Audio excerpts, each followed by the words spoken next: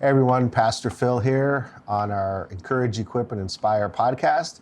And I'm here with Ben Dubow, one of my good friends, and he wears many hats, which I'll let him tell you about. And we're just here to have a conversation together, and hopefully it will be encouraging and inspiring you, and we'll give you some things to help equip you to be a source of light and a force of good in this world. So how you doing, Ben? I'm doing great. Good morning. Good morning. Good to be with you, man. So tell us a little bit about some of the hats that you wear and have worn in your life.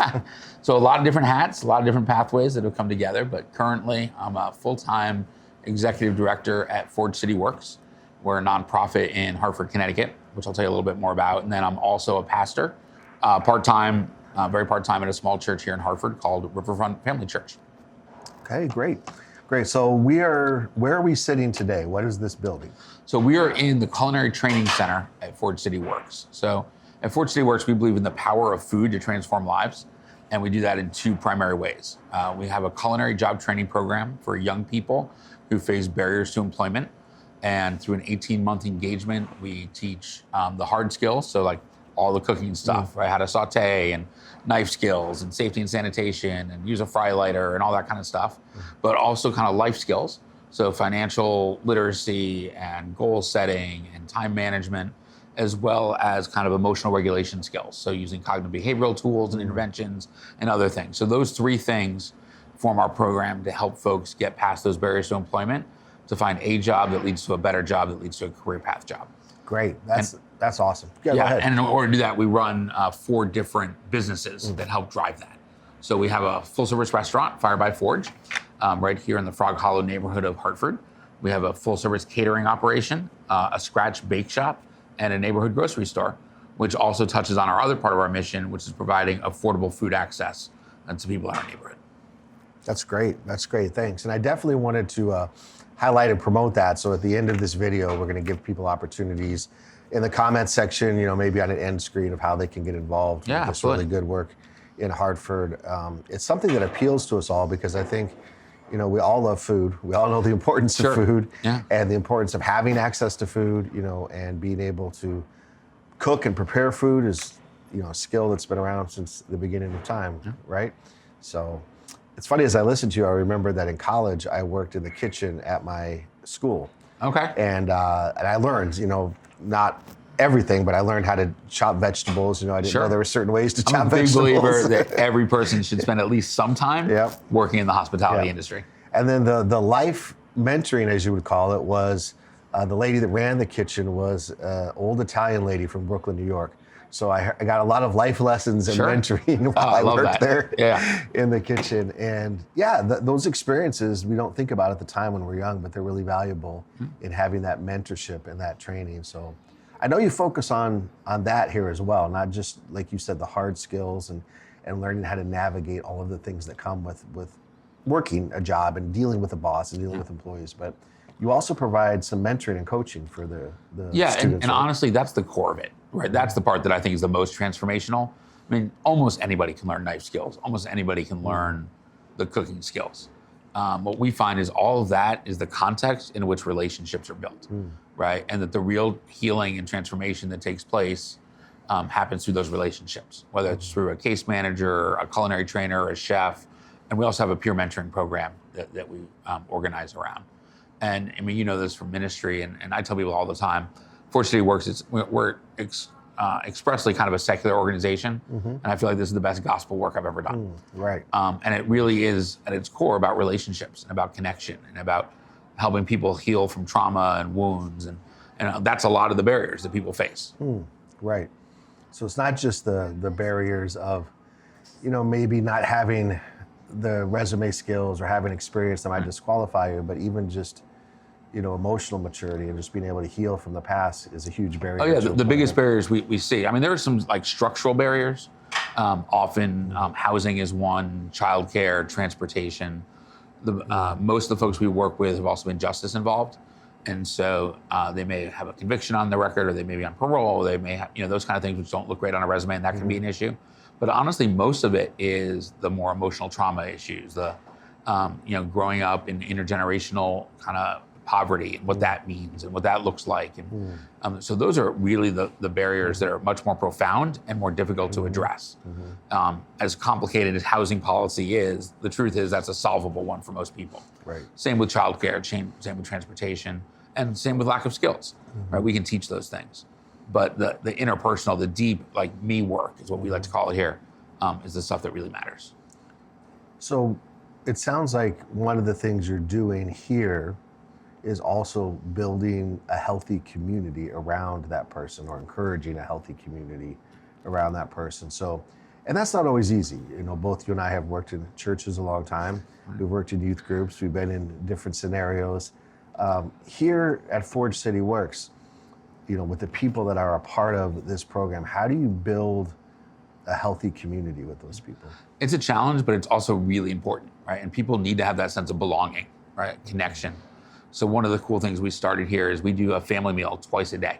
Oh, really? Wow. And so we do it at 11 a.m. and we do it at 4 p.m. And 11 a.m. is here at the training center, and everyone on campus, from myself, the executive director, to our C-suite folks, trainees, dishwashers, everybody in between, all welcome to come for lunch. And then we also do one at 4 o'clock in the restaurant just before dinner shift. And again, anyone who's on campus at that time gets to come over and be a part of that. And you know, one of it's practical. We have to feed people. And as folks who believe in food, we don't want our folks to be hungry and food insecure. So there's a practical side to it. Okay, yeah. But there's also something powerful, particularly if you didn't grow up, having a family dinner, right? Sitting around a table together and just talking about your day. And we'll often do some kind of informal check-in with people. And so that's part of how we create that sense of community and camaraderie. And also, you know, working side by side really does that, you know. There's something about a Saturday night at the restaurant that's a little bit like surviving a war zone, right? And we go to battle, like survive in advance. And then it's lots of high fives afterwards and well done. And like, sorry, I swore at you earlier, but I still like you. And that all builds community. Right. Wow, that's really great. That idea of coming together and just sharing a meal is so powerful. And you're right. I think even, you know, if you're getting together with friends to share a meal, you know, that's powerful to get together with other people and have that. It reminds me, and I know you think about this as well, you know, that the sharing a meal or having food was probably one of the things about Jesus that we know the most about from the Gospels. Absolutely. And I love that seems to be his method. Yeah, and I love that the central metaphor, right, of New Testament Christianity is table, right? We gather at table together. Right. So talk a little bit about that. What are your thoughts, you know, theologically as you know, connect it to the work here? You know, just expand on that a little bit. How does coming together around a table have a spiritual impact in our life, or how does it help our faith to grow? You know, for me, I feel like my personal theology has been evolving, right? Which it always should be over the last, you know, 40 years as a follower of Christ. And I think what we see at table is this notion of belonging again, right? Or kinship would be another word I would use. But that sense of belonging to me is not a transactional sense. It's an end in and of itself, right? That there's something sacred about people created in the image of God, right? Having a place where they truly belong. And in our world, I feel like it's rarer than it's ever been. Right? People feel this disconnect. There's more tension and conflict in our world. It feels like every day. And so just having a place that you can authentically show up and belong, I think is so powerful. I saw an interesting thing the other day that the opposite of belonging is not belonging or disconnection, but rather fitting in. Which I thought was counterintuitive. And when you dig into it, the idea was fitting in is we kind of put on a mask and we kind of have to fake it to make so we want to fit in, right? Connect. But the essence of authentic belonging is I don't have to do that. I can show up as my authentic self. And I think that itself is powerful. And I think it's gospel. Right. I think it is too. I think that the meal, people have said, was the primary method that Jesus used to reach people. But it's so much deeper than just a tool. It's so much deeper than just, you know, we have this meal to get together. And sometimes, you know, in churches, you know, you can have this meal or whatever as part of a program, but it's not really accomplishing that sense of connection, you know, of belonging. But it can have a very practical application, you know? It can. People need to eat. I think sometimes we over-spiritualize the Gospels and, you know, like Jesus feeding of the 5,000 people. Right. Those people were hungry and they needed to eat. There was a physical need that needed to be met. Absolutely. And I also think that it's interesting that in churches, I think we're so quick to want to create programmatic solutions, right? And to me, the real powerful thing is when we transcend program and we create culture. Now, I'm pragmatic about it. So I recognize that sometimes we need to start with programs, right? It's how we model things. It's how we can kind of give people a taste, right? But the essence to me is when we can get past the program and where it becomes the organic part of the culture, that people just want to have meals together and they organize it on their own and it happens. And there are these kind of natural connections. But you and I both know, like, building that kind of culture is really challenging. Right, right. We talk about building culture all the time. Talk about it in church planting, talk about it in organizations. Talk a little bit about what are the key component, what are the values? What are the values of the culture that you're trying to build in your own life? Yeah. So, you know, one of the most influential ways I've thought about this comes from Erwin McManus, right? Where he talks about leadership is at its core cultural architecture. And so, in other words, culture has to be intentional, right? And if we don't face it like with intentionality, culture builds one way or the other, whether we want it to or not. Healthy, unhealthy, toxic, you know, whatever. And so a couple of things I've been learning the hard way, honestly, and mostly through failure, which I think is how we learn, right? Is that it's not about core values placed on the wall, which is so often, right? Aspirational values we want to put on a t-shirt, right? And so I've learned we have to define for people the behaviors that looks like. Okay. Right. So like every organization, you know, in the organizational life, right, one of the core values is going to be like integrity, right? And that's fine, I guess, right? Like, seems to me one that should go without saying, perhaps. Right. But, you know, we throw integrity on the wall, right? But if we don't describe for people, right, or honesty would be another one, right, what that behavior looks like. And I was just talking with another executive director of another nonprofit about this, actually, about the honesty one. And it's like, there's like a minimal way we can think about that, which is not going to form a great culture. So if honesty is a core value and it's part of our culture, that means you don't lie to me. Great. So, right. But really what we mean about it, right, is that honesty means authenticity, and that you take off your mask, that you own your mistakes, that you acknowledge where you screwed up or where you need help. And you can be authentic about, like, I'm having a bad day today. Like, to me, that's actually the thing that builds the culture. And so when I say honesty here, that's what I mean.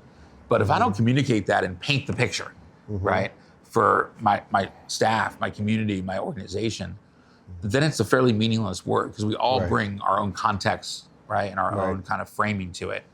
And so I found, like, if I'm going to declare a value, what I then need to do is spell out what that looks like lived out. Right. And that's a scary thing. Even that is very practical, and we understand what that means. But when you start describing what it looks like, it suddenly reveals the fears that we have. There was an old book I came across, you know, in the early 90s. It was more like a pamphlet.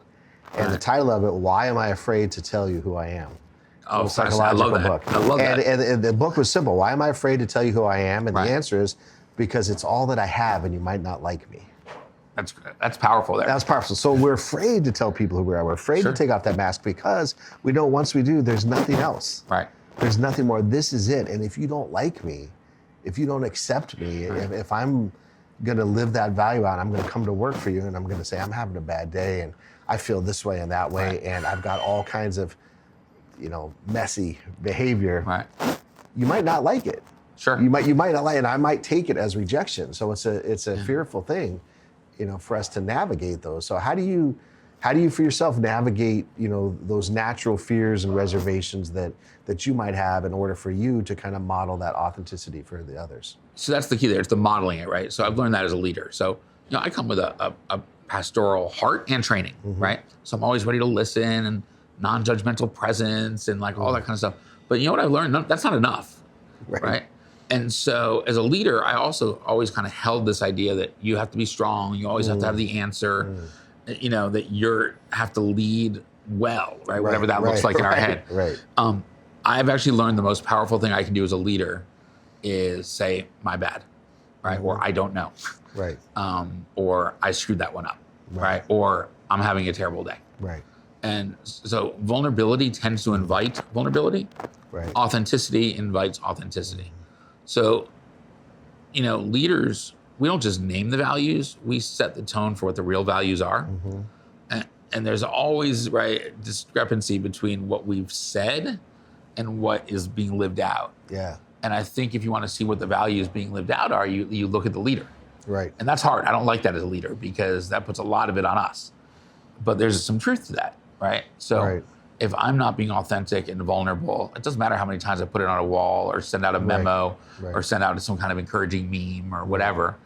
I have to do it. And that's hard because that means I have to acknowledge in front of my staff and my team, right, that I might not be as good as they thought I was, that I want them to think that I am, or that I think that I am, right? Do you find it easier to be authentic or harder or the same in your role in this nonprofit organization, which is, more secular, versus your role when you, as a pastor? Do you have it? Is there any difference? That's interesting, actually. Yeah. So I think it would depend on what season of life we're talking in. So for a long time as a pastor, I was not good at that. And here's what I've learned: that the more you do it, the easier it gets. And it's actually really freeing. So I've now gotten to a point in my ministry, and this is partially like it's a small church, I'm part-time. It's like, it's not like my whole identity, right? Which is pretty important, actually, right? That's a good point. That so it's like I am what I am, I do what I do, and like I'm limited, and it's like all those things. But it's really freeing. And what I've found is though that invites other people to show up in that same sense as well. So and I think the complicated part, but this probably happens in secular leadership too, but in the church, we so want to put leaders on pedestals, right? We so, regardless of your church tradition, we still want to have bishops and saints and all that kind of stuff, right? And it's hard, right? And there is a sense that, leaders are called to like a higher standard and there's a level of integrity and that's all true. And I want to affirm that. But we're also totally human, right? With all the human emotions and quirks and issues that every human being has. Like you, I feel like I'm in a space of just age, experience, size of our church, feeling that we're a smaller but closer knit community where it feels I have a lot more confidence doing that than at other times. But I've found throughout the years that people will say they want their pastor to be authentic and real. But then when you are, they don't necessarily like it. They don't, they're uncomfortable with the fact, again, that you aren't perfect or that you don't fit their standard things. I remember, probably 10 to 15 years ago now, just sorting through things myself. Like you said, our theology is always evolving, right? So as your theology is evolving, you're trying to work out stuff. But man, some people are really uncomfortable that you don't have it worked out yet, that you don't have all the answers. No, people get freaked out the answer. When a pastor says, I don't know, that's not a good answer. And God forbid you say something, that maybe you would in a few years, modify and change and say it better. But you didn't say it correctly then, and oh boy, you're just, look out, you're in trouble. No, that's a challenge. I do feel like though that as you exercise that muscle, the community begins to reflect it and learn it. Now, there are going to be some people who never are going to be into that. And I'm kind of okay with that. So this is going to be maybe not well received by everybody, but one of my favorite chefs who, by the way, was like a total tyrant and kind of an ass. Am I allowed to say that? Sure, you can say ass. So Charlie Trotter, but really famous chef, one of the best chefs in the world. And in his leadership book, he talks about firing his customers. And he ran a great restaurant in Chicago, super high end. And he's like, look, there are a lot of restaurants in Chicago. Right. So like, this doesn't have to be the restaurant for everybody. I get to, not for nothing, right? I'm successful. I'm good at what I do. This is the restaurant I want to run. And I've taken that, not quite with that arrogance, but there's there are a lot of churches in the world. You've softened it a little bit. There are a lot of churches in the world. And so this doesn't have to be the church for everybody. It's the church where everybody's welcome. Right. But it might not be the right fit. Right. And if a pastor that's like has a lot of foibles and doesn't have it all worked out and like the cheese is falling off your crackers sometimes, doesn't fit for you. I'm happy to introduce you to other churches. There you go. Absolutely. I'm 100% in the same boat. Yeah. It reminds me of a friend of mine from New York who was going through the church planting training with me 10 years ago. Okay, yeah. And he would say, you got to learn how to out-counsel people. That's how he said it. You got to learn how to sit down with someone and counsel them right out of the church. And we all laughed, but I'm telling you, 10 years later. In the more private sector, we talk about dehiring people. Dehiring people, there you go. I like that. Yeah. Instead of firing, we're going to dehire you. Yeah. But it's also about getting people in the right place.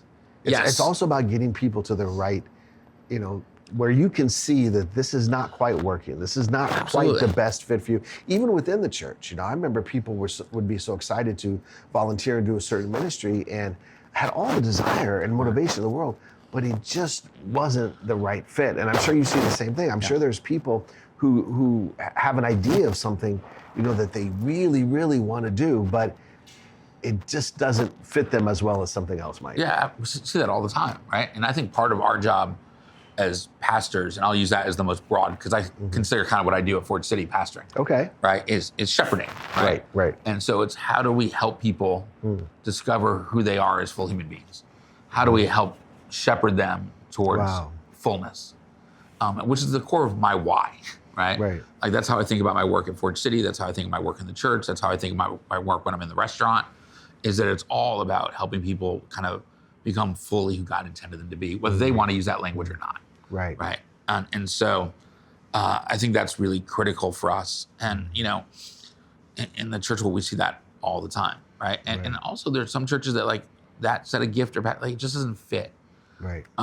And so I think we help people discern that. And when I was a younger pastor, I don't know about you, but my identity was way too caught up in being the pastor of a successful church. Yeah, definitely. And so I paid way too much attention to number of people in seats and, how much money came in and if attendance dropped from one week to the next, they're like, oh, they hated my sermon last week. And I think as you mature and you get older and as you give enough bad sermons, you get over that. Right. But that also means if someone opts out of our church and ends up somewhere else, that no longer, I don't take that personally. Right. It doesn't actually bother me. Right. As long as they're landing somewhere. Right. What are some of the key things that got you to that place? What are some of the key ideas that helped you transition from your identity being caught up in whether people stay or go and to where you're more confident in who you are without needing those things? So two things for me. One was the catastrophic, and then the other was this subtle sense of growth, right? So for me, I got to a point where essentially I kind of totally blew up my own ministry, right? Through just things that I should not have done. And it was a bad situation. And I thought I was going to be in that church forever. Right. Till retirement, right? I thought that would be it was the church I planned. It was the church I thought I'd be in for 40 years. Right. And my identity was tied up in that. That was my community. That was my income. That was my purpose. That was my everything, right? And after it all blew up and I was no longer there and I was somewhere else and not doing ministry and trying to rethink, you know what? I landed. And not only did I land, but I grew. And actually, it's the most painful thing I've ever gone through. And I wouldn't trade it. Right. Because actually it probably saved my life. Right. And so that was a huge thing, right? To be okay, there is a tomorrow. Right. There is life outside of the title, the success of ministry, the big numbers. And so I had to figure out who I was, right? And more importantly, I had to figure out who God saw me as, right? That was kind of the transition. And so that was the catastrophic. Right. And then ever since then, it's been the reality that you can't make your identity what you do, right?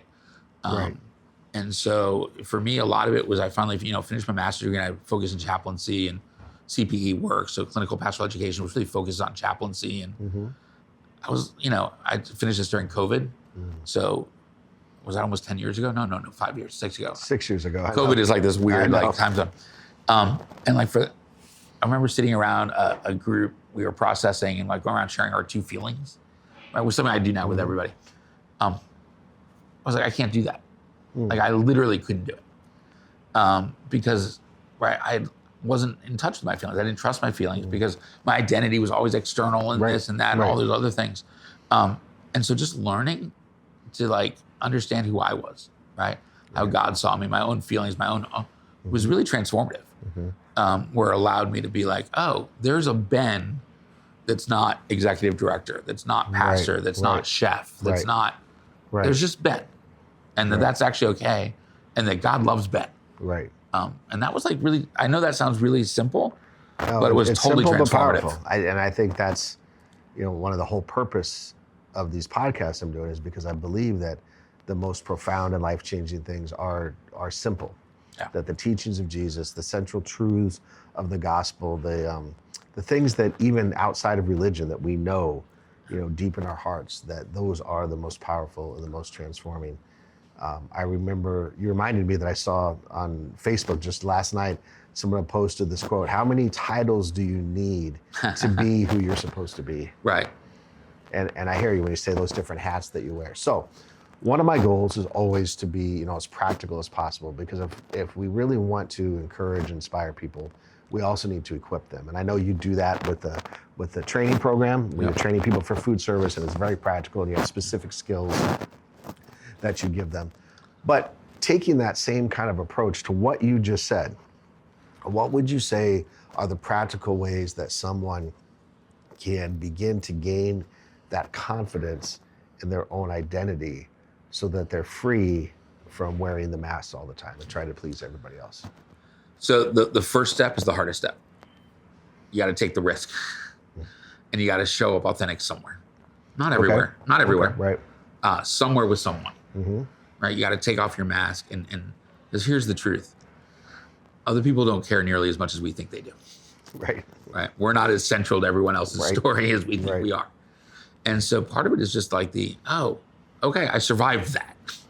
Right. I could, and maybe it's just a little vulnerability. Like, I had a pretty crappy week. Right. Right. As opposed to, how are you? I'm fine. Right. But I also think there's a sense of, and this is one of the things we do a lot at Riverfront, is intentional, really short, nothing crazy, in reflection. So we start a lot of our groups with this question, where have you seen God in the last week? Okay. Right. And the question, assumes the premise, which as a follower of Jesus, we affirm is that God is everywhere, right? So that God was present, right? In that argument with your spouse, with the fight with your teenager, with the situation with your boss, with the, person cuts you off on Route 84, like God was present, right? And to now go back and be like, okay, I wasn't aware of it at the moment as I was like, sending the bird to the person driving by me, but Jesus was there. So where was Jesus in that, right? And if I had been more aware of, how might that have changed my response? Right. So I think that's a really good reflection piece for people to start. And what it does is it starts to give us permission to be authentic with ourselves. Okay. Right. And I don't know about you, but like sometimes I struggle the most with being authentic with myself. Right. So I like to look in the mirror and see my mask. Right. And so it starts with that. And then the other thing is, I think it's the end of the day reflection, right? It's kind of the examining kind of idea, the Ignatian idea of like, okay, now I look back and see where was God in my day? And what do I learn from that? Like what might Jesus want to tell me about that? Right. That's really good. I think that's a less scary place for some people to start with. So the practical thing would be to, at the end of the day, do a little reflective examination and go back through your day and ask yourself, where did I see God? And the second question, what might God be saying to me about that? Right. And we learn just to be honest with ourselves, be honest about the day, honest about how we felt in that moment.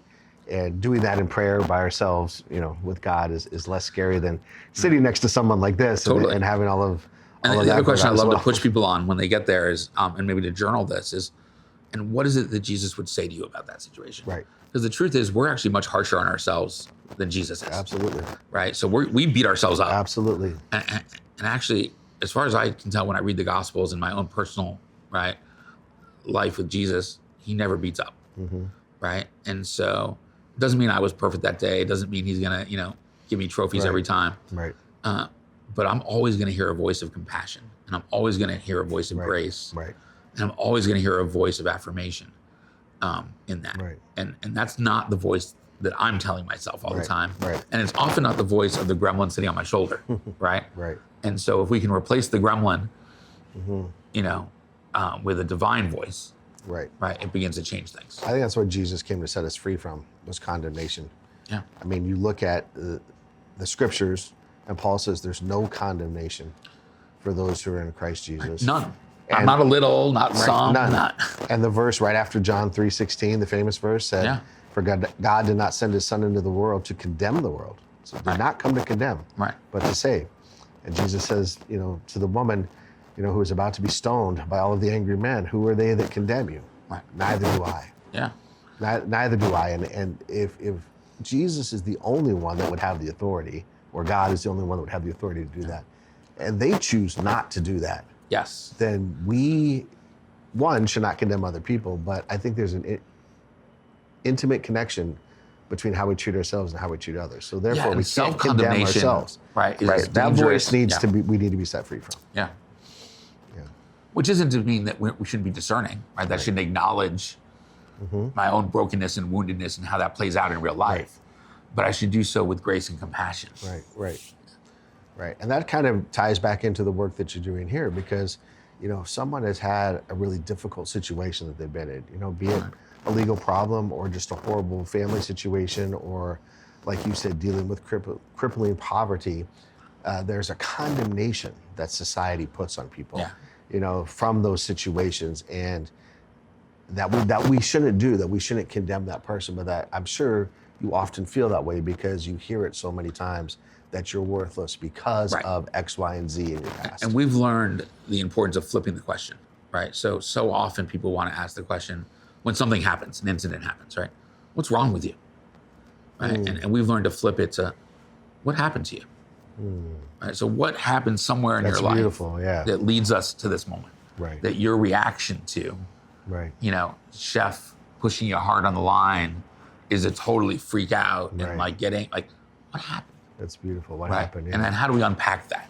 And you invite them to examine, absolutely, the situation, and examine their feelings and examine their response, which is what we're talking about. That self-examination may be the key to becoming more emotionally healthy.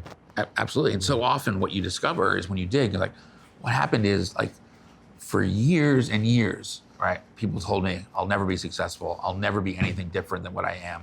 I'll never get out of this neighborhood. I'll never make anything of myself. I'll never be good enough, right? So you hear that, right? And that's deeply wounding, right? And so, and people can't help that. At some point, that's going to overflow into how we act in the world and how we interact with each other. And so as opposed to the instant, like, why are you such a jerk? Why are you violent? Why are you acting out? Right. It's like, what's at the core? Right. So imagine that you're talking to someone, that's in that situation. They've messed up, and you can visualize the gremlin on their shoulders. Sure. You're saying all of those negative things. If you had the ability to remove, this is hypothetical, fantasy right now, but if you could grab that gremlin and remove it off that person's shoulder, and you could speak directly to them, what would you say?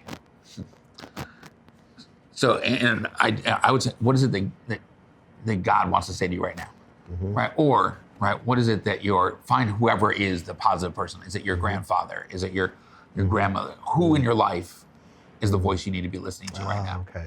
Right. So if they're not ready to hear God, right? So find the most positive voice in your life right now and listen to that voice instead. Yeah. That's pretty good. Yeah. That's pretty good. I like that. Because we choose the voices we listen to. Absolutely. And we choose the stories we tell about ourselves. Absolutely. So, not to self-promote, but like my new book, it's coming out, Shift. And it comes out February 1st. So probably by the time people are listening to this, it'll be out. Yeah, go ahead, promote your book. Do what you got to do. And but one of the questions in there, is that idea of what story do we believe about ourselves? Right. And I can tell parallel stories that are both true. Right. So there's a story about me. Right. I'm 50 years old. I'm single. I'm overweight. I'm the middle of 7 siblings. Every one of my siblings makes more money than I do. Right. So there's a way to tell a story. Right. I live at home with 2 cats. Like that I could feel badly about myself. Right. So that's one story. And by the way, all those are factually true. Right. There's another story. Right. I have an amazing job that fulfills who I am and is doing good work in the world. I have a community that loves me. I'm involved and deeply involved with the church and with my city, and I have a sense of meaning and purpose, and I find joy in ordinary things every day. That story is equally true. The question every day is, which story do I tell myself and which do I believe? And too many times, I'm going to believe the negative one, right? Right. And so for us, the idea of, and that's the idea of shifting. How do we shift the stories that we believe about ourselves? Nice. So that's in your book, Shift. Yeah. Where can people find your book? On Amazon? On Amazon, and it'll also be available on my website, which is runningtheway.com. Okay, and we're going to put all that stuff at the end of this audio or video podcast, however you guys are watching, and make sure that you can hear more of what Ben has to say, because it is really good stuff and very practical. It helps us integrate what I love about what you do is you integrate your faith into every aspect of your life in a way that's real. You know, you're not trying to manipulate or force anyone. That's the freedom, I think, that comes from not having to build or maintain a large church machine, right? Yeah, absolutely. Right? We're free to really just, be more of who we are, and be more encouraging. And then if people want to know more about Forge City Works, how can they do that and get involved? Yeah, so the best way is to go to forgecityworks.org. The whole story is there and ways to get involved. You could also go to firebyforge.com, which is the restaurant, or the grocery on broad.com, which is the grocery store, which is a sliding scale kind of concept. So all those, check us out. But if you live in the greater Hartford area, the best thing to do, I tell you, just come in and enjoy a meal at the restaurant. Come check out the grocery store. And it is great. I'm telling you, the restaurant here, Fire by Forge, is one of the best restaurants, some of the best food. I mean, everyone in our church already knows. I'm sure they're shaking their head going, yes, we like it, and it's great. So do come and visit the restaurant, have some good food. And maybe when you do that, think about someone that you could come and have a meal with that might be that person that we've been talking about. That person that you might say, you know what, I'm going to take a risk with this person that I know and trust, who's generally a positive influence, and I'm going to share some of what's going on, and I'm going to really listen to what they might have to say that might be a more positive voice in my life. So come to Fire by Forge, but I challenge you, don't come alone. Bring someone with you and really experience the power of connection that can happen around the table together. So any parting thoughts you want to say, Ben? No, I think that's great stuff. So really fun to be on this with you. All right, thank you, appreciate it. And thank you guys for listening. And again, at the end, we'll give you all kinds of connections so that you can connect more with these books, which I really think will help you in your spiritual journey. And you can connect with what they're doing here in Hartford, which I think is really phenomenal, fabulous work. So thanks, Ben. Thanks, Phil. See you guys. Should we shake hands? I don't even know if this will make a video of it.